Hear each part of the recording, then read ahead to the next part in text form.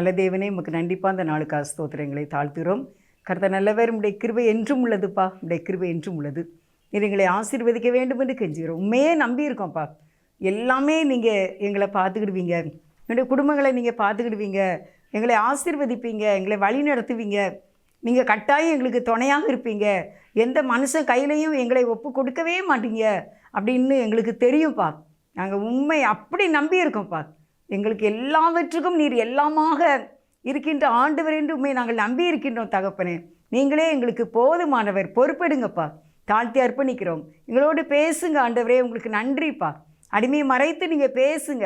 உடைய பிள்ளைகளுக்கு ஒரு நல்ல நிலத்தில் விழுந்த விதையாக 100ஆக பலன் கொடுக்கட்டுமாப்பா. வியாதியில் இருக்காங்களா, இப்போவே இந்த வியாதியிலிருந்து ஒரு விடுதலை உண்டாவதாக இயேசுவின் நாமத்தினால. சரீரத்தில் எந்த பலவீனம் இருந்தாலும், சுகரா, ப்ரெஷரா, மற்றபடி உள்ளு உறுப்புகளில் பாதிப்பா, எந்த நோயாக இருந்தாலும் ஆண்டவரே இப்பொழுதே விடுதலை உண்டாகட்டுமாப்பா. கண்ணீரோடு இருக்கிற மக்களுக்கு விடுதலையை கொடுத்துருங்கப்பா.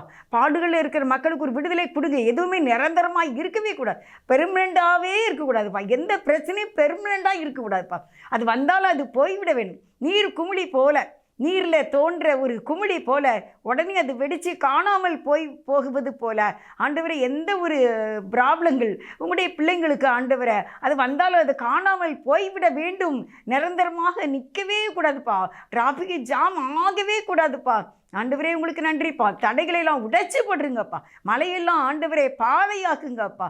ஆண்டவரே உமக்கு நன்றிப்பா. எந்த ஒரு ஆண்டவரே எண்ணங்கள், ஏக்கங்கள், பெருமூச்சுகள் இருக்கோ அவைகளை நிறைவேற்றி கொடுங்க தகப்பனே. அவைகளை சரி செய்து கொடுத்துருங்க தகப்பனே. ஆண்டவரையா எல்லாரையும் ரட்சித்து பாதுகாத்து கொள்ளுங்கய்யா. பாவத்தில் நிலை நிற்கக்கூடாது, துன்பத்தில் நிலை நிற்கக்கூடாது, கண்ணீரில் நிலை நிற்கக்கூடாது. அதிசயங்கள் நடக்கட்டும், வழி நடக்கட்டும். எங்களுக்கு வழி திறக்கட்டுமாப்பா. எங்களுக்கு வழி திறங்கப்பா, திறங்கப்பா, திறங்கப்பா. நன்றிப்பா, நன்றிப்பா. ஆண்டவரே உமக்கு நன்றி ராஜா. இயேசு ராஜா மே நம்பி இருக்கப்பா. எங்களோடு பேசுங்கப்பா. ஸ்தோத்திரப்பா. மக்கே ஸ்தோத்திரம். எங்களை தாழ்த்தி அர்ப்பணிக்கிறோம். இயேசுவின் நாமத்தில் வேண்டிக் கொள்கிறோம் ஜீவனுள்ள நல்ல பிதாவே. ஆமேன், ஆமேன். கர்த்தருக்கு ஸ்தோத்திரம். தேவன் உங்களை ஆசீர்வதிப்பார். நாளில் உங்களுக்கு நான் தலைப்பாக என்ன கொடுத்துருக்கேன் அப்படின்னா, என் மலைகளை எல்லாம் வழிகளாக்குவேன். உங்களுக்கு முன்பாக மலைகள் இருக்கின்றதா, அந்த மலைகளை வழிகளாக்குவேன் என்று கர்த்தர் இந்த நாளிலே உங்களுக்கு வாக்கு தத்தத்தை கொடுக்கின்றார். மலைகள் எல்லாம் வழிகளாகும். அது எந்த ஒரு மலை போன்றதான ஒரு ப்ராப்ளங்கள் இருந்தாலும் அவைகளை வழிகளாக்குவேன் என்று வேதம் சொல்லுகிறது. ஏசாயா 49வது அதிகாரம் 13வது வசனத்தை உங்களுக்கு வாசிக்கின்றேன். ஏசாயா 49:11. என் மலைகளை எல்லாம் வழிகளாக்குவேன், என் பாதைகள் உயர்த்தப்படும். ஆமேன். வேதம் சொல்லுகிறது, என் மலைகள் எல்லாம் வழிகளாக்குவேன். உங்களுக்கு விரோதமாக, உங்களுக்கு பாரமாக தோன்றக்கூடிய மலை போன்ற காரியங்கள் அவைகளை கர்த்தர் வழியாக்கிடுவார். இப்போ குற்றாலத்தில் மலையை நம்ம பார்க்குறோம். நான் குற்றாலத்தில் தான் மலையை பார்த்துருக்கேன். வேறு கொடைக்கானல் வேறு எங்கேயும் நான் மலையை பார்த்ததில்லை, இந்த ஃபால்ஸ்லாம் எப்படி இருக்குன்ட்டு. அப்போ நான் இப்போ குற்றாலத்தில் மலையில் நம்ம குடிக்கிறோம். அதுக்கு பின்பாக என்ன இருக்குன்னு நமக்கு தெரியாது. அந்த மலையிலிருந்து தண்ணீர் விழுறதை நம்ம பார்க்குறோம். ஆனால் அதே மலை சமதளமாகி அது ரோடு ஆயிட்டுனா எப்படி இருக்கும்?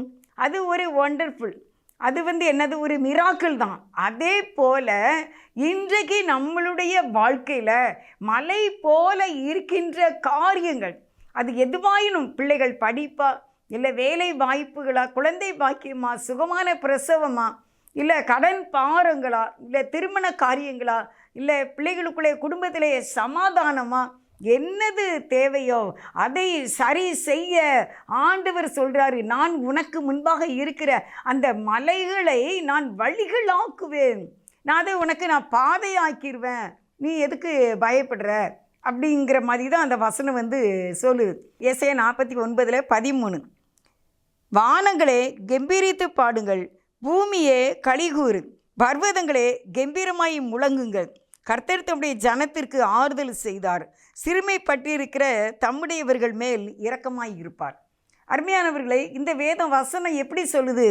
வானங்களே கம்பீரித்து பாடுங்கள், பூமியே களிகூறு, பர்வதங்களே கம்பீரமாய் முழங்குங்கள். ஏனென்றால் கர்த்தர் தம்முடைய பிள்ளைகளுக்கு, ஜனத்துக்கு ஆறுதல் செய்தார், சிறுமைப்பட்டு இருக்கிற தம்முடையவர்கள் மேல் இரக்கமாய் இருப்பார். இரக்கமாக இருப்பார். நீங்கள் இயேசுப்பா வந்து ஒரு இரக்கம் உள்ளவருங்கிறத நீங்கள் மறந்தே போயிடக்கூடாது. நம்முடைய லைஃப்பில் வந்து இயேசுபாவுடைய இரக்கம் தான் நம்மளை தாங்கி வழி நடத்த முடியுமே ஒழிய வேறு எந்த அராஜகமும் நம்மளை ஒன்றுமே செய்யாது. எந்த அரக்கனும் நம்மளை மேற்கொள்ளவே முடியாது. எந்த கவர்மெண்ட், எந்த டிபார்ட்மெண்ட்டு, நீங்கள் வேலை செய்கிற இடத்துலையா, உங்களுடைய சிச்சுவேஷன், நீங்கள் இருக்கின்ற சிச்சுவேஷனில் உள்ளவங்களா, உங்களுடைய சூழ்நிலையில் உள்ளவங்களா, பொறாமையினால் உங்கள் மேலே இருக்காங்களா, அன்பே அற்றவர்களாக இருக்காங்களா, பரவாயில்ல. ஆண்டவர் சொல்கிறாரு, நான் உனக்கு ஆறுதல் செய்வேன், நான் உனக்கு இரக்கம் செய்வேன், உனக்கு எதிரியே இருக்க மாட்டாங்க அப்படின்னு தான் இந்த வசனம் சொல்லுது.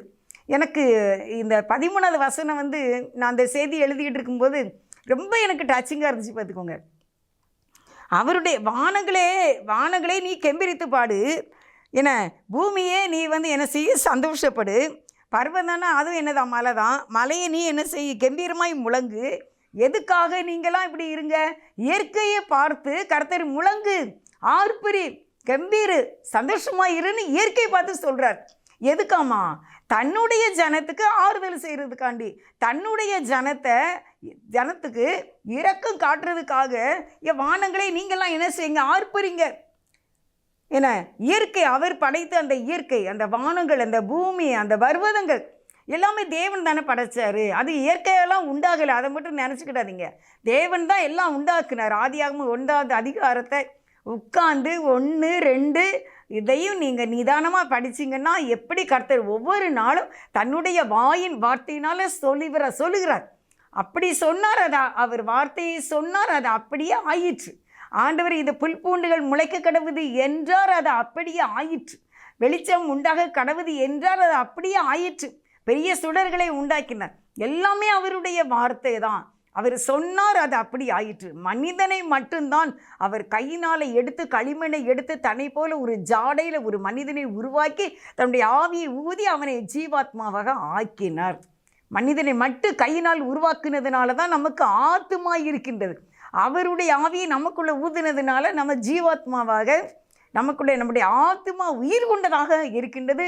நல்லது கெட்டது நமக்கு தெரியும். நம்ம சுவாவ அன்பை நம்ம தப்பு பண்ணிட்டோன்னு சொல்லும், நம்ம தப்பு பண்ணலைன்னு சொல்லும், இல்லை அது வந்து நீ இறக்கம் செய்யன்னு சொல்லும், நீ ஆறுதலாயிருன்னு என்று சொல்லக்கூடியதாக இருக்கிறது. மடி எல்லாமே தேவன் தன்னுடைய வாயினால் உண்டு பண்ணினதான் அருமையானவர்களே.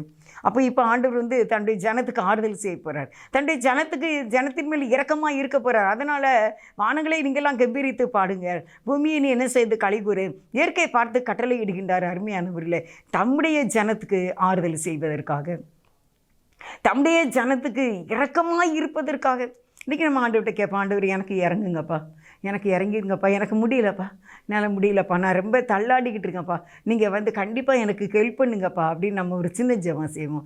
ஏசப்பா உங்களுக்கு நன்றிப்பா, ஆண்டவரே நீங்கள் எங்களுக்கு இரக்கம் செய்வேன் என்று சொல்லியிருக்கீங்க, உங்களுக்கு நன்றிப்பா, எங்களுக்கு ஆறுதல் செய்வேன் என்று சொல்லியிருக்கீங்க, உங்களுக்கு நன்றிப்பா, நன்றி ராஜா. எங்களுக்கு இன்றைக்கு நீர் ஆறுதல் செய்ய வேண்டும், இன்றைக்கு நீர் எங்கள் மேலே இரக்கமாக இருக்க வேண்டும். எங்களுக்கு விரோதி இருக்கக்கூடாது, எங்களுக்கு சண்டை இருக்கக்கூடாது, எங்களுக்கு யுத்தமும் இருக்கக்கூடாதுப்பா. இதெல்லாம் எங்களுக்கு வேண்டவே வேண்டாப்பா. எங்கள் வாழ்நாள் எல்லாம் நாங்கள் சமாதானமும் பதறாத வாழ்க்கையும் சிதறாத மனமும் தந்து இயேசுவே ராஜா நீர் எங்களை வழிநடத்த வேண்டும் என்று கெஞ்சுகிற ராஜா. நிம்மதியான மனம் நிறைந்த வாழ்வை தந்து நாங்கள் உடைய ரகசிய வரிகளை இருக்க உதவி செய்யுங்க ராஜா. எங்களுக்கு ஆறுதல் செய்கிற தேவன், சிறுமைப்பட்ட எங்களுக்கு ஆறுதல் செய்கிற தேவன், இரக்கமாய் இருக்கிற தேவனை உமக்கு ஸ்தோத்திரம், உமக்கு ஸ்தோத்திரம். இயேசுவின் நாமத்தில் பிதாவே, ஆமென். அருமையானவர்களே, அடுத்து நம்ம என்ன பார்க்க போகிறோம் அப்படின்னா, உபாகம் 32வது அதிகாரம் 1வது வசனம் என்ன சொல்லுது அப்படின்னா, வானங்களே செவி கொடுங்கள், பூமியே என் வாய்மொழிகளை கேட்பாயாக. வானத்தை பூமியுமே எப்பொழுதுமே இணைக்கிற ஆண்டவர். என்றைக்குமே நீங்கள் நினச்சிக்கோங்க, ஆண்டவர் இந்த வானம்னு சொன்ன உடனே பூமியை சேர்த்துருவார். பரமண்டலங்களில் இருக்கிற எங்கள் பிதாவே உடைய நாம பரிசுத்தப்படுவதாக, உடைய ராஜ்யம் வருவதாக அப்படின்னு அவர் வானத்தையும் பூமியை என்ன செய்வார்? சேர்ப்பார். விசுவாச பிரமாணம் எடுத்துக்கோங்க, வானத்தை பூமியையும் உண்டாக்கிறேன். எல்லாத்தையுமே ஆண்டவர் வந்து வானத்தை பூமியை கனெக்ஷன் பண்ண தான் செய்வார். பரலோகத்தில் இருக்கிற எங்கள் பிதாவே உம்முடைய நாம பரிசுத்தப்படுவதாக, உம்முடைய ராஜ்யம் வருக.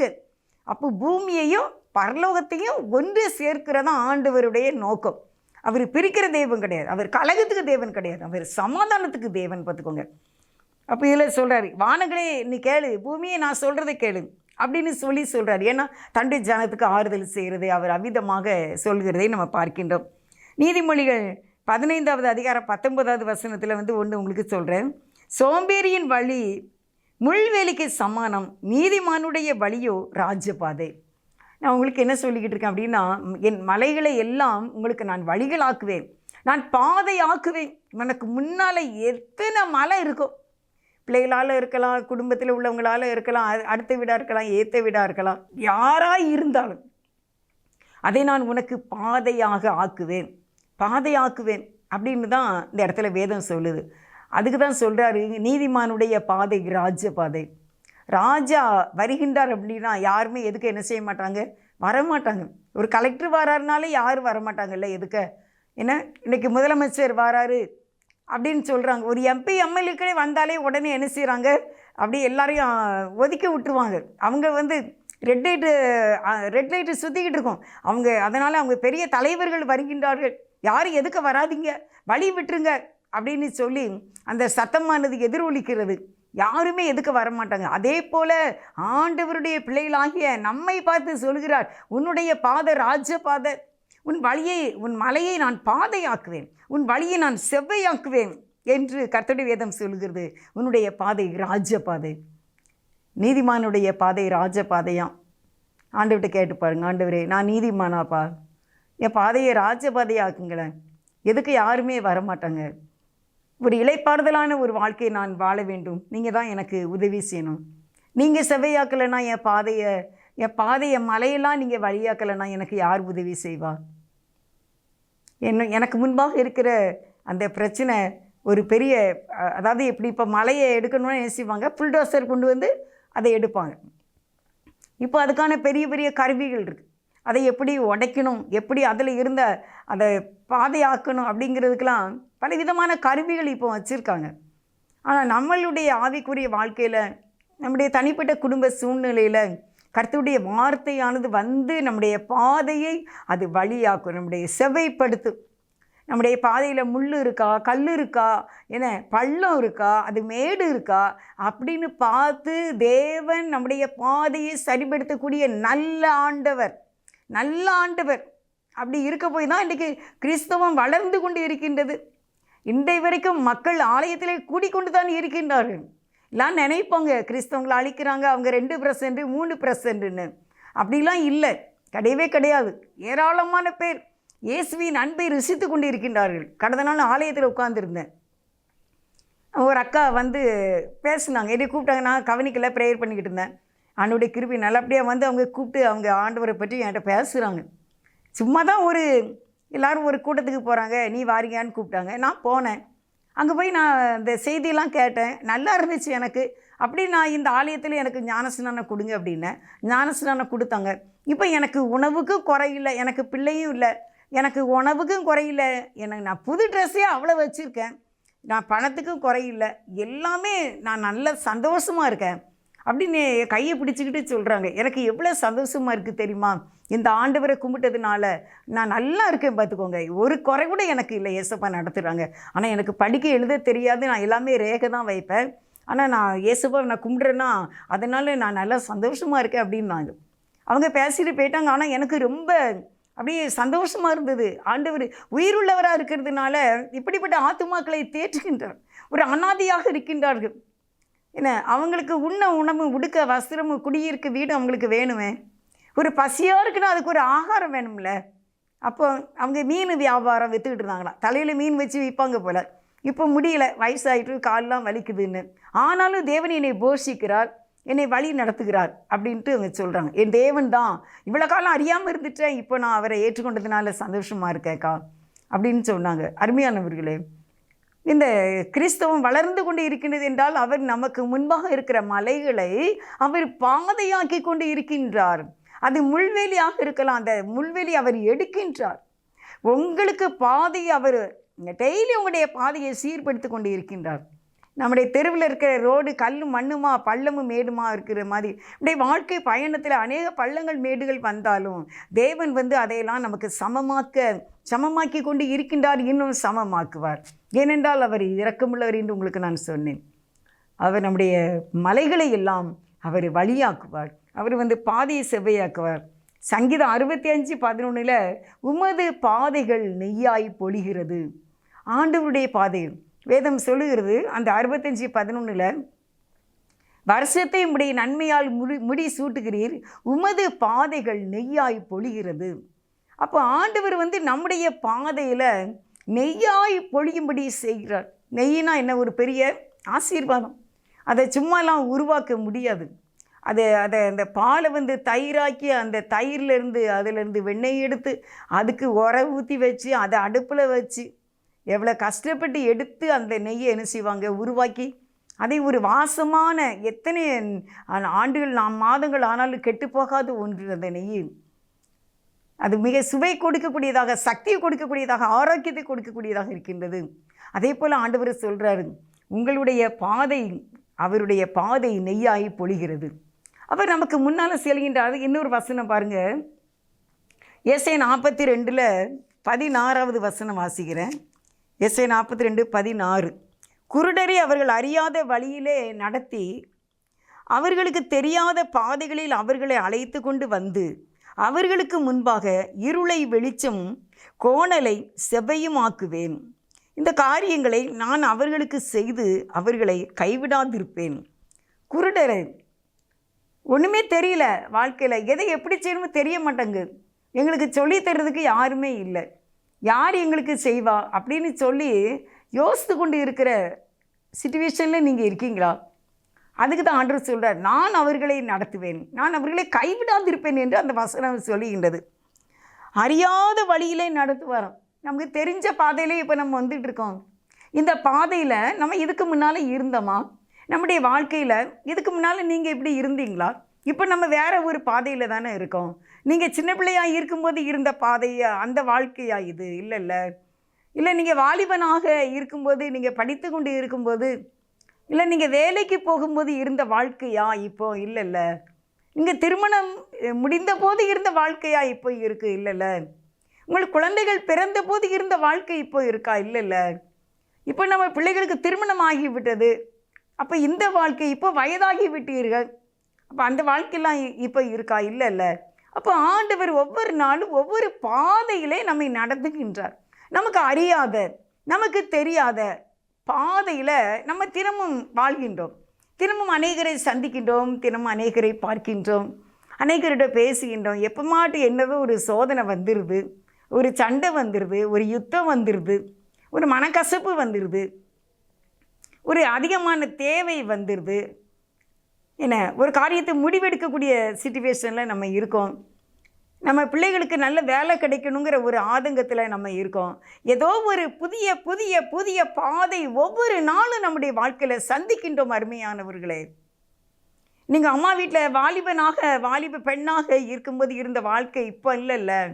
அப்போ நம்ம பொறுப்பற்றவர்களாக, விடுதலை பெற்ற மானாக நம்ம இருந்தோம், ஃப்ரீ பேடாக இருந்தோம். இப்போ நமக்கு அப்படி இல்லையே. இப்போ அநேக பொறுப்புகளை நீங்கள் சுமந்து கொண்டு இருக்கின்றீர்கள். அப்போ இந்த பொறுப்பிலே உங்களை கரம் பிடித்து வழி நடத்துவதற்கு அதான் ஆண்டவர் சொல்கிறாரு, நீ அறியாத பாதையில் நான் நடத்துவேன் ஒன்று அப்படின்ட்டு. நான் நடத்துவேன், நீ எதுக்கு யோசிக்கிற, நீ எதுக்கு கவலைப்படுற, நீங்கள் எதுக்கு யோசிச்சுக்கிட்டு இருக்கீங்க, நீங்கள் எதுக்கு வழக்காடிக்கிட்டு இருக்கீங்க, உங்களுக்குள்ளே எதுக்கு சண்டைகள் யுத்தங்கள், நான் உங்களை நடத்துவேன் என்று அந்த வசனத்தில் ஆண்டவர் சொல்கிறாரு.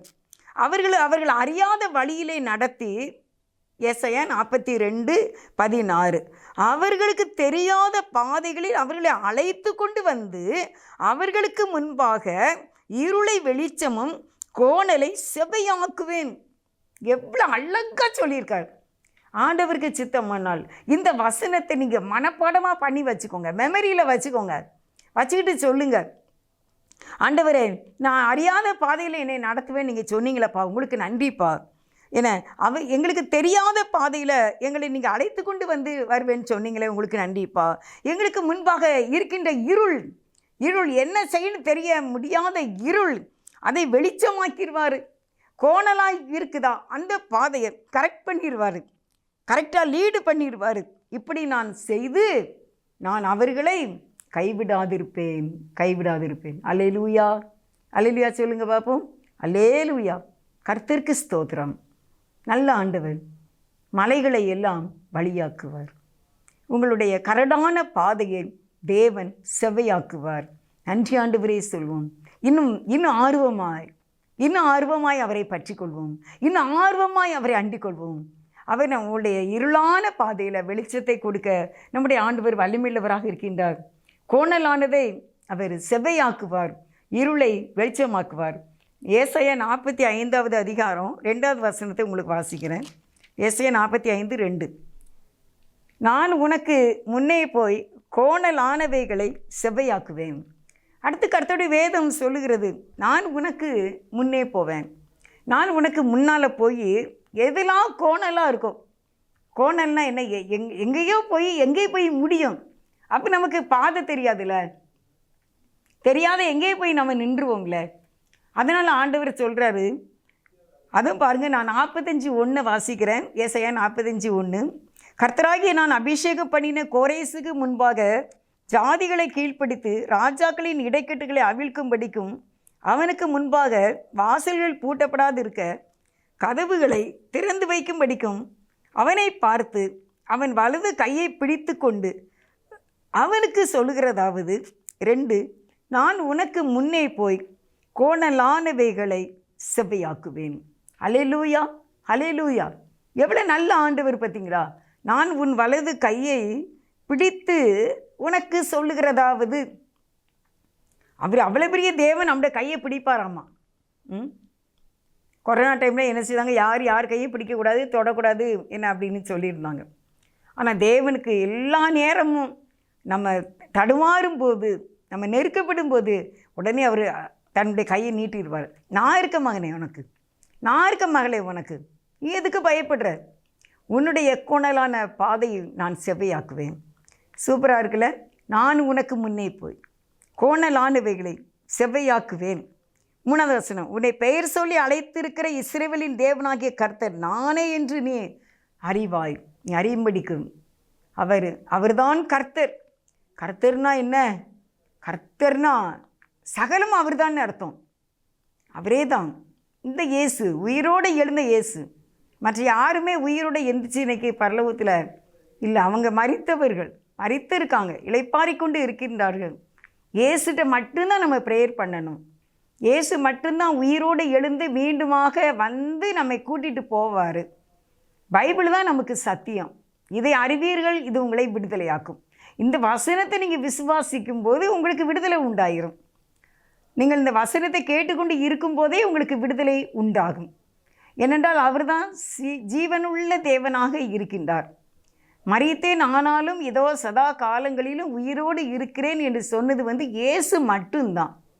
அதனால தான் நம்ம இயேசுகிட்ட மட்டும்தான் நம்ம கேட்கணும். இயேசுவின் நாமத்தில் பிதாவே என்று நம்ம ஜெபம் செய்து முடிக்கும்போது நம்முடைய காரியங்களை கர்த்தர் ஜெயமாக மாற்றுவார். நமக்கு வேண்டியது ஜெயந்தான், வேறு மாறுபாடெல்லாம் அது இதுன்னு பேசிட்டு இருக்கக்கூடாது. நீதியின் பாதையில் நமக்கு சத்தியம்தான் நமக்கு முக்கியம். சட்டம் என்ன சொல்லுதோ அதை செய்திட வேண்டியதான். சட்டம் சொல்கிறத செய்தால் சட்டத்தினுடைய ஆசீர்வாதங்கள் நமக்கு பலிக்கும். அதனால் இதில் அந்த இடத்துல ஆண்டவர் சொல்றார், வலது கையை பிடித்து அவ்வளவு நெருக்கமான உறவை தேவன் கொண்டு வருகின்றார். கையை பிடித்து சொல்கிறார், நான் உனக்கு சொல்கிறேன், நீ என்ன செய்யாத, பயப்படாத. எந்த கோணலான காரியங்கள், அது என்ன தேவைகள், எந்த நெருக்கங்கள், மன்னிக்க முடியல ஒருத்தரை, மன்னிக்க முடியல ஒருத்தரை, நம்ம இந்த காரியங்களை மறக்க முடியலனாலும் ஆண்டவர் அதெல்லாம் சரி செய்து அவர் ஆசீர்வதிக்கக்கூடிய நல்ல உண்மையான தேவனாக இருக்கின்றார். அருமையானவர்களே, நீதிமொழிகள் 19வது அதிகாரம் 19வது வசனம், கடுங்கோபி ஆக்கினைக்குள்ளாவான், நீ அவனை தப்புவித்தால் திரும்பவும் தப்புவிக்க வேண்டியதாய் வரும். கடுங்கோபி ஆக்கினைக்குள்ளாக ஆவான். ரொம்ப கோபப்படக்கூடாது. கடும் கோபம், எதுக்கெடுத்தாலும் கோபம், அப்படிப்பட்டவன் ஆக்கினைக்குள்ளாவான் என்று நீதிமொழிகள் 19:19 சொல்லுது. இன்றைக்கு நீங்கள் அதிகமாக கோபப்படுறவங்களா? எதுக்குனாலும் கோபப்படுறவங்களா? பிள்ளைகிட்ட கோபம், கணவன்கிட்ட கோபம், மாமியார்கிட்ட கோபம், மாமனார்கிட்ட கோபம், பக்கத்து வீட்டில் கோபம், என்ன பெண் ஆண்களாக இருந்தால் மனைவிட்ட கோபம், பிள்ளைகள்கிட்ட கோபம், பெற்றோரிடத்துல கோபம். கோபம் என்பது ஒரு பெரிய மைனஸ் நம்முடைய வாழ்க்கையில். அதை நம்ம என்ன செய்யக்கூடாது, அதை நம்மை விட்டு தள்ளிவிட வேண்டும். கோபக்காரனுக்கு தோழனாகாதே அப்படின்னு இருக்கு. ஒருத்தர் கோபமாகவே இருந்தானா அவனுக்கெல்லாம் யாருமே ஃப்ரெண்டு இருக்காதீங்க அப்படின்னு எழுதியிருக்கு நீதிமொழிகளில். கோபக்காரனுக்கு தோளாகாது, இப்போ நீனும் அவனை போல் ஆயிடுவ அப்படின்ட்டு. அதனால தான் கோபமே படக்கூடாது, சாந்த குணமாக இருக்க வேண்டும். நம்ம ஏசப்பானாலே என்னதான் சாந்தந்தான். அவர் எப்பவும் கோபமும் எரிஞ்சு கொட்டினா எப்படி இவ்வளோ அற்புதங்களை செய்திருப்பார். எப்படி இன்றைக்கி என்னுடைய உங்களுடைய பாவங்களை அவர் மன்னித்து நம்மளுக்கு ஆதரவாக இருக்கின்றார், நம்மை ஆசீர்வதிக்கின்றார். நம்ம ஒரு சின்ன ஜெபம் தான் செய்கிறோம், கேட்குறாருல்ல. ஒரு சின்ன மண்டாட்டை அவருக்கு முன்பாக வைக்கிறோம், அவர் கேட்டுருதாருல்ல. நம்மளை வழி நடத்திடுறாள். இக்கட்டான சூழ்நிலையில் கர்த்தரை நோக்கி கூப்பிடும்போது அவர் நமக்கு உதவி செய்கிற தேவனாக இருக்கின்றார்கள். அவ்வளோ பெரிய கடவுளாக இருந்து இந்த சின்ன மனுஷனுடைய ஜெபத்தை கேட்கின்றார் என்றால் அவர் எவ்வளோ நல்லவர் பாருங்கள். அப்படிப்பட்ட தேவன் இருக்கும்போது நம்ம கோபப்பட்டு என்ன ஆகிறது? நம்ம கோபம் தேவனுடைய நீதியை நடப்பிக்க மாட்டாதே. நீங்கள் கோபப்பட்டவனே தேவனுடைய நீதியை நடத்திட முடியுமா? இல்லைல்ல. பொறுமையாக போங்க, அதான் புகழ்ச்சி.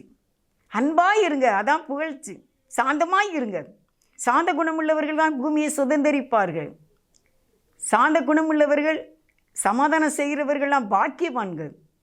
அதனால் இன்றையிலிருந்து ஒருவேளை நீங்கள் ரொம்ப கோபப்படுறவங்களாக இருந்தால் எல்லாருக்குமே உங்கள் மேலே கஷ்டமாக இருக்கும். எதுக்கு இப்படி கோபப்படுறாங்க? மனசு சஞ்சலமாக இருக்கும்ல. நம்ம 1000 தான் பண்டங்கள் வாங்கி கொடுங்க, நீங்கள் 1000 தான் நம்முடைய பிள்ளைகளுக்கு நம்ம செய்தாலும், ஆண்களோ பெண்களோ, கணவனோ மனைவியோ, சகோதரனோ சகோதரியோ, பெற்றோரோ, நீங்கள் யாராக இருந்தாலும் உங்களுக்கு சொல்லுகிறது எல்லாருக்கும் சொல்லுகிறேன், அந்த கோபங்கிற அந்த வலையில் நீங்கள் இருக்காதீங்க. அது ஒரு கட்டு, அது உங்களை கட்டி வைத்திருக்கின்றது அந்த கோபம். அதனால் உங்கள் மேலே உள்ள மதிப்பு மரியாதைகள் குறையும். வெளியும் கோபப்பட வேண்டாம், வீட்டிலையும் கோபப்பட வேண்டாம், நீங்கள் வேலை பார்க்குற இடத்துலையும் கோபப்படாதீங்க. சிறு பிள்ளைகளாக இந்த செய்தியை கேட்டாலும் நீங்களும் கோபப்படாதீங்க. நீங்கள் இந்த வார்த்தை கேட்கும்போது உங்கள் பிள்ளைகளும் இந்த செய்தியை கேட்கும்படிக்கு நீங்கள் அதை ஸ்பீக்கரில் வச்சு கேளுங்க.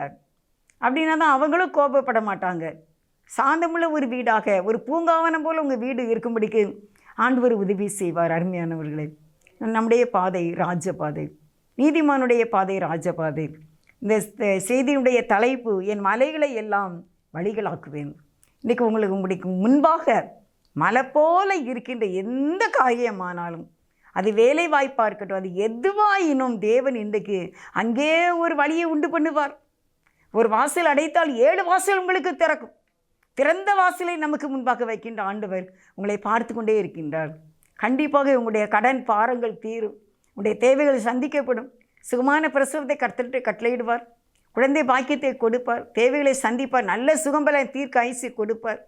திருமண காரியங்களை ஆசீர்வதித்து கொடுப்பார். ஏற்ற ஜோடியை தருவார். தீர்க்க ஆயுசை கொடுப்பார். நன்றி செலுத்துவோம் கர்த்தருக்கு.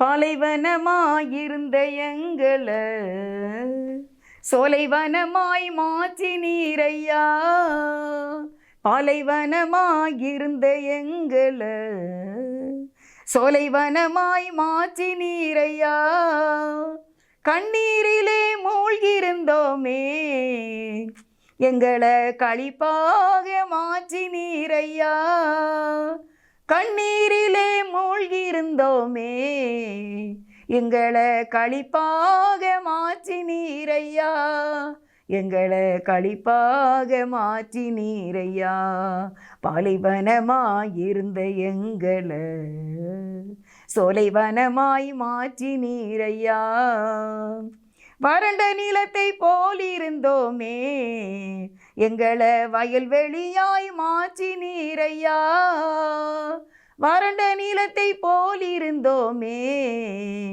எங்களை வயல்வெளியாய் மாற்றி நீரையா, எங்களை வயல்வெளியாய் மாற்றி நீரையா, பாலைவனமாயிருந்த எங்களை சோலைவனமாய் மாற்றி நீரையா, அருந்த கொடியை போலிருந்தோமே எங்களை செடியோடு இணைத்து விட்டீரே, அருந்த கொடியை போலிருந்தோமே எங்களை செடியோடு இணைத்து விட்டீரே, எங்களை செடியோடு இணைத்து விட்டீரே, எங்களை செடியோடு இணைத்து விட்டீரே, பாலைவனமாயிருந்த எங்களை சோலைவனமாய் மாற்றி நீரையா, பாலைவனமாயிருந்த எங்களை சோலைவனமாய் மாற்றி நீரையா.